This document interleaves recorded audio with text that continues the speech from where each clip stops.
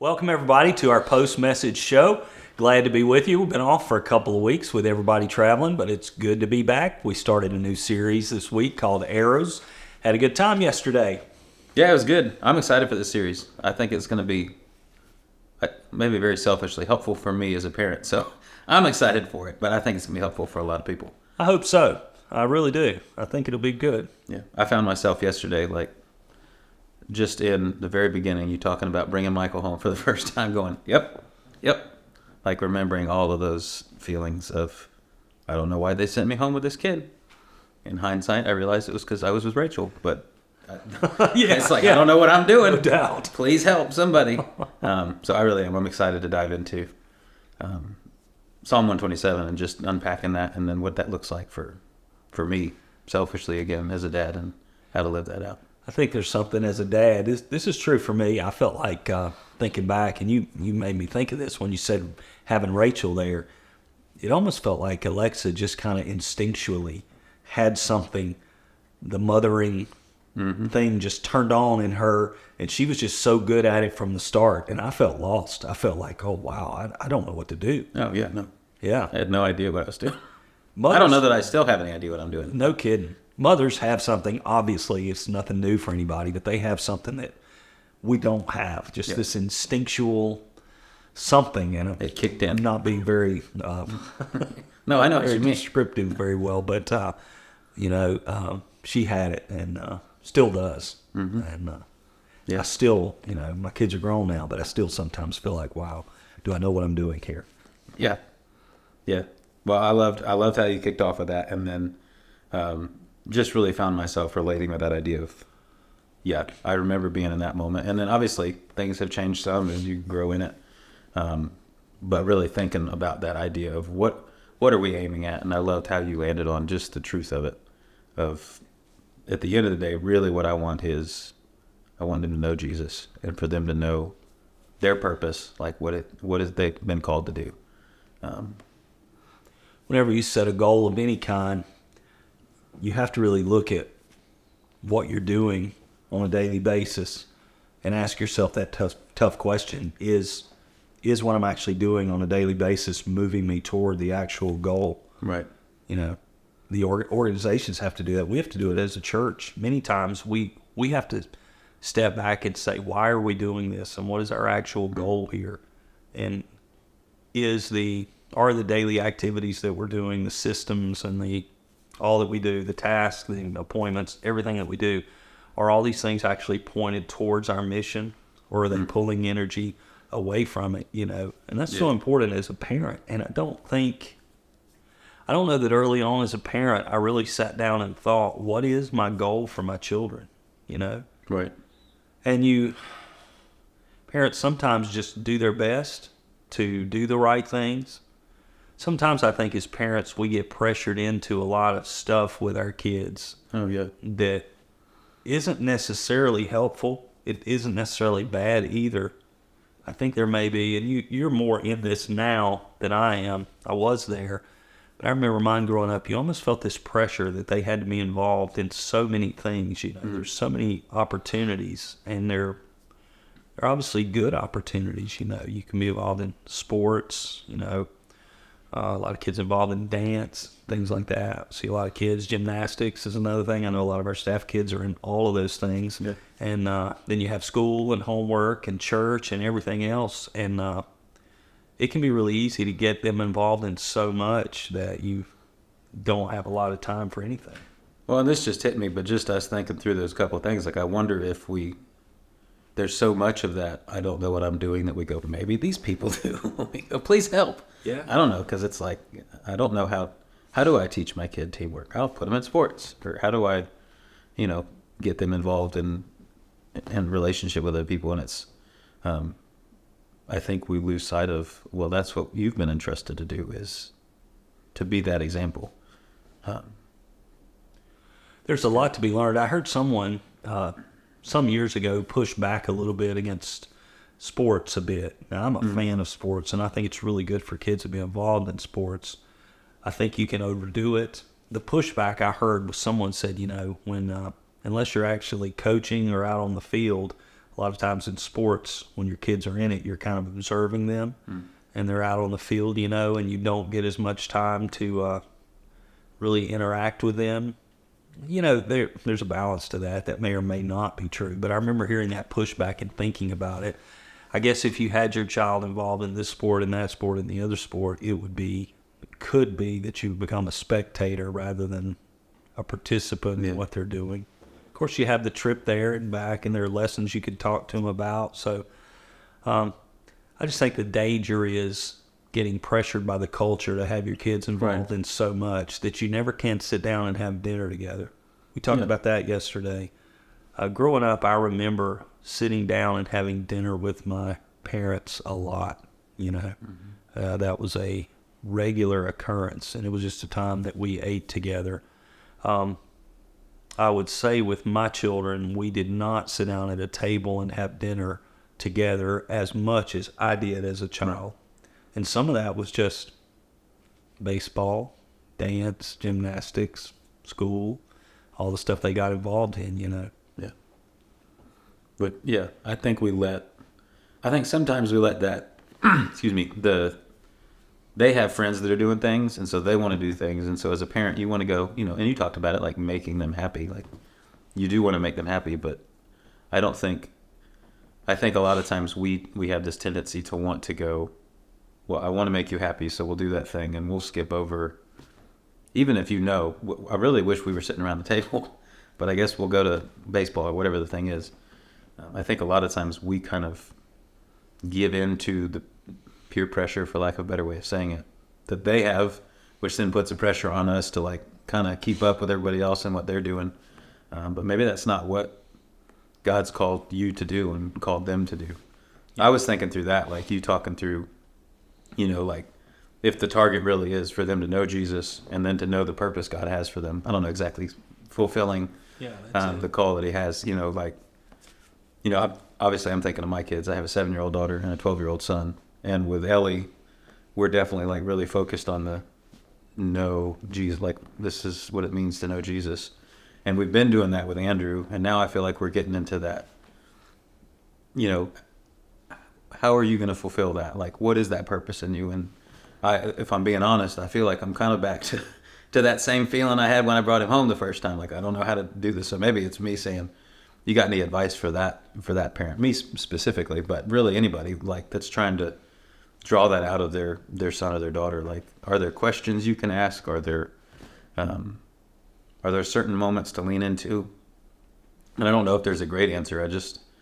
I find myself in that area with him right now going, how do I call that out of him? Yeah. Or see it in him, maybe. I don't know. I think you just really need to watch your children and learn who they are. You begin to see their interests and their passions, things they're good at, things they're not, and just encourage those things, encourage them to be who God's called them to be.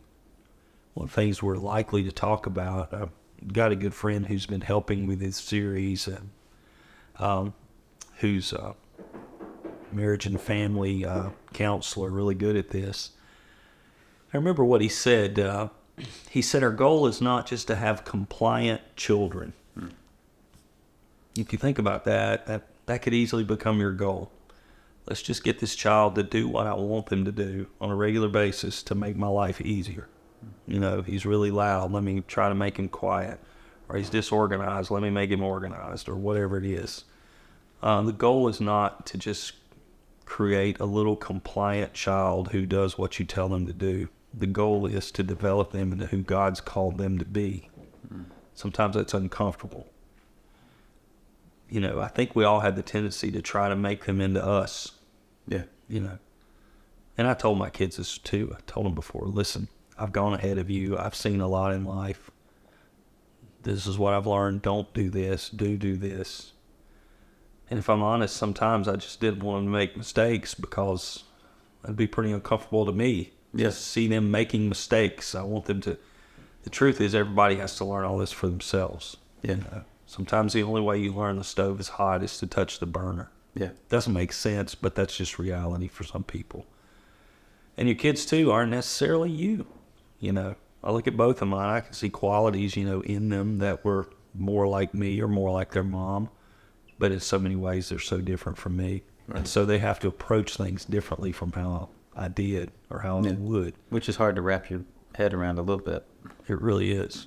Parenting is a real journey, and it's a real education in human nature. Yeah. You know, you just have to find out who that child is and what God's put inside of them and encourage that and support that. And there are times you have to curb behaviors that will take them away from that. Same time, you have to be very patient with who they're becoming and not try just to mold them into you. Yeah. Well, and I think that goes to your second point. You talked about the community aspect of things. Like, I think there's a lot of value in that. And you talked really specifically about the church and making sure you're getting them around people that are chasing after Jesus and in that environment. Because, again, at the end of the day, they're not you, and you can only shape them so much. There's other people that I think God's called to help shape them too. I know for me that might be one of the biggest areas I think in my faith that really shaped who I am is the people that my parents allowed me to be around or not be around and pour into me. I didn't get into the negative side of that yesterday, but guiding them in community, especially early on, is so important. I talked about the necessity to kind of plug in to a place. I think parents that skip around from church to church to church all the time can very quickly leave their children without any sense of being rooted and grounded and leave their children without any kind of community.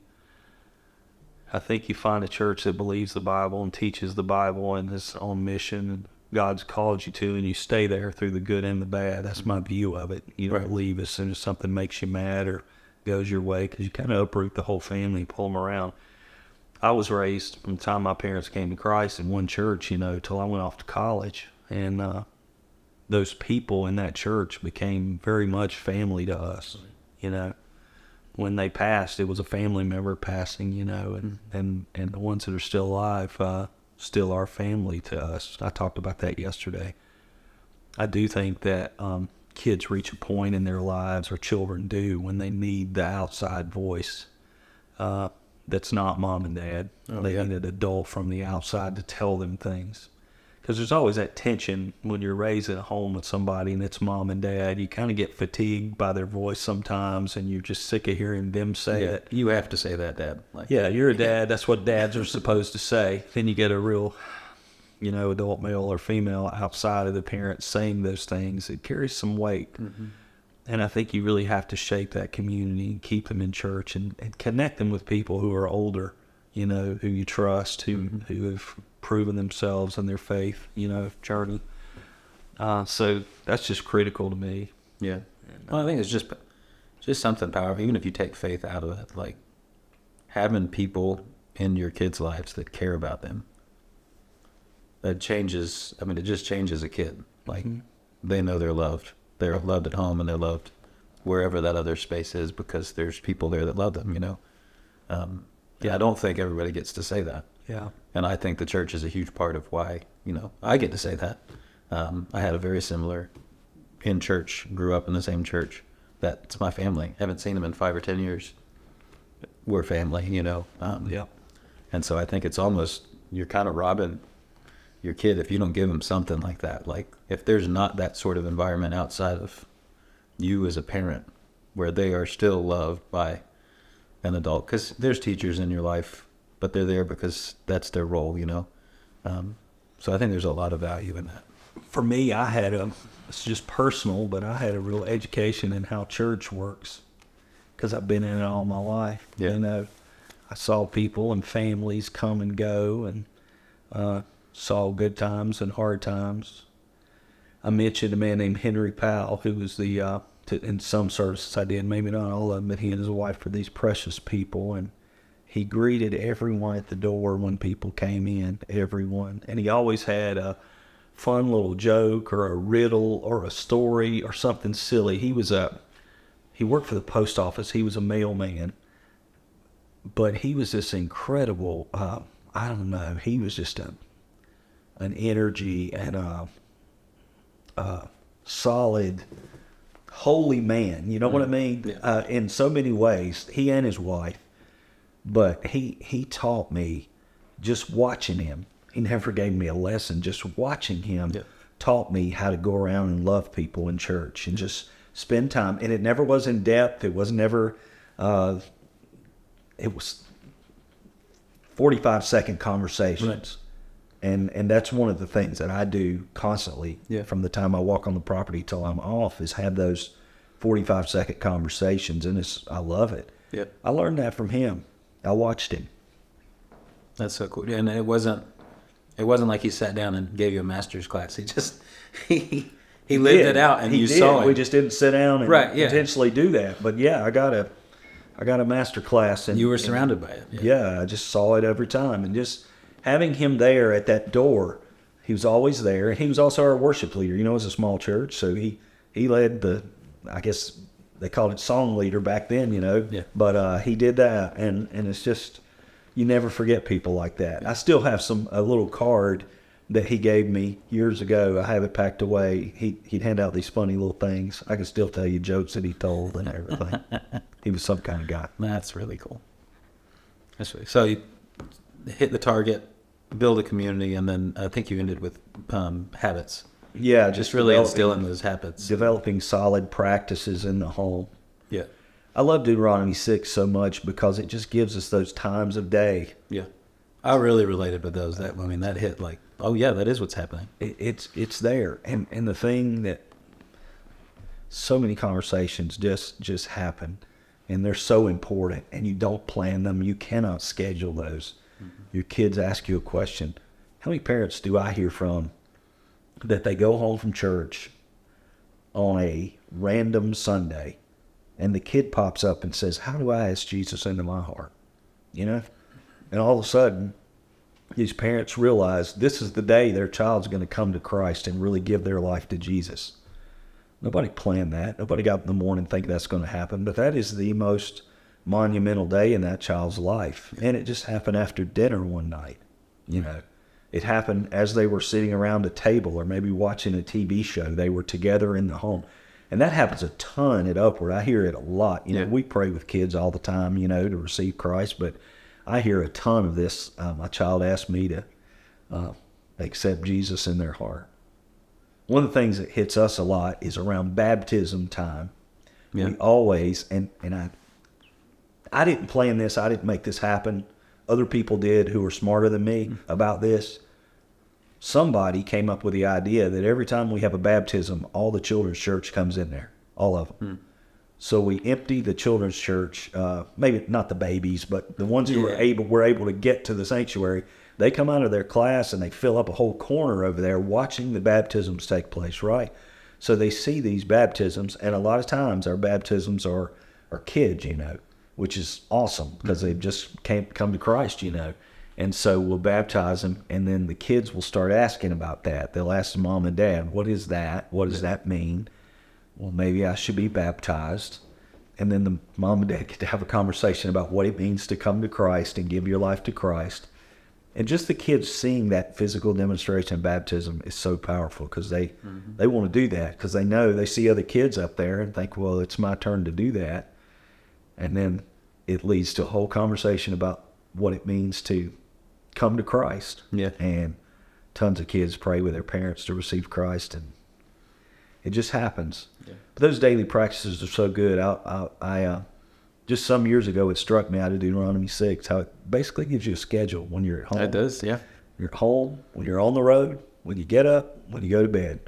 It's an opportunity for a conversation. Yeah. Yeah, I've had similar conversations in the car with Andrew. But I think the one that, for us, and just the way that we do, is we put the kids to bed. It's very similar to the way y'all do. We kind of take turns, and we pray over them, and they say their prayers. And really specifically with Andrew, I've been able to see in that moment, because it's almost like when he's going to bed, we're praying, everything else is done. His 5-year-old, or his 7-year-old sister, who's 5 years younger, she's away out. It's just the two of us. Everything else is done. I don't know. It's like you get to watch a lot in that moment. I've even started to see with her a little bit more, like her prayers are they're more directed at other people or other things outside of her her little bubble, you know. And so that moment at the end of the day for us has been really powerful, I think, for us to be able to lean into that and ask hard conversations and pray through things and ask for forgiveness or forgive other people. You know, like there's so many things that get to happen in that. And it's just a habit that it is scheduled, and you didn't necessarily schedule the thing that was going to happen. Right. But you did set up a time like, hey, we're going to do this every night. And it might, you know, I loved your Pop-Tart and a prayer thing in the morning. Like, just get out of the car. Jesus loves you. Amen. You know. But if those habits are like throughout your life, you do have them set up. Things are going to happen in those moments eventually. You know, it's almost like setting up a date night, you know. It might just be a mundane date, or you guys might have an awesome, deep conversation, really grow your relationship if you really put time into it. So I really related with that part. It's just establishing routines where that kind of thing can happen.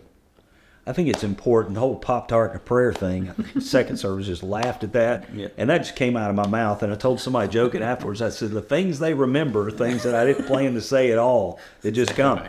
But I feel like in those moments, it's important for everybody to hear me or whoever the speaker is to say, it doesn't have to be these earth-shattering God moments every time you pray. Yeah. Because sometimes you're late to school, you know. Somebody Sometimes. forgot their homework, or you're stressed and your kids are acting up and you really don't feel like praying, and it's like, God bless these kids now, get out of the car. I mean, some days, not every day, but some days you're just in a hurry and it doesn't feel like it means that much. Right. But keeping the habit going means a lot.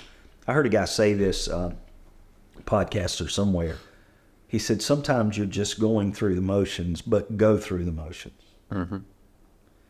Because it's in the habit of going through the motions that you really get something done. It doesn't have to feel incredibly meaningful every time. Yeah. Let's just do it. Yeah. So you have these moments when you just kind of pray a prayer, and it just feels like the same thing you said last night. You know what I mean? Mm-hmm. Sometimes it is. But you're keeping that time open and that habit going, and then somewhere down the road, they're going to have a real situation that went on at school, wherever, something really in their heart. You're going to find out about it because you had that routine. Mm-hmm. And that's that's good. That's a good moment. Yeah. I think they say that those moments are, I think, 75% of your life are the routine. It's the stuff you do every day. You know? It is. And if you can get that stuff right, 75% success so far in life. You know what I mean? Like, that's pretty big. And your kids are, in my opinion, the top of that list of what am I going to pour into this? So yeah, that's huge. Yeah. Well, it's been fun talking about eras. I think this week coming up, we're going to be talking about just kind of the tension of pulling that bow back and trying to aim in the right direction, and aiming and creating some tension at the same time, getting ready for the big release, you know. Mm-hmm. We'll talk about that, I guess, the following week. And it's going to be good. Just hope all the parents are blessed by it and get some help in this crazy world we're in. Yeah. Thank y'all so much for being with us. We'll see you next time.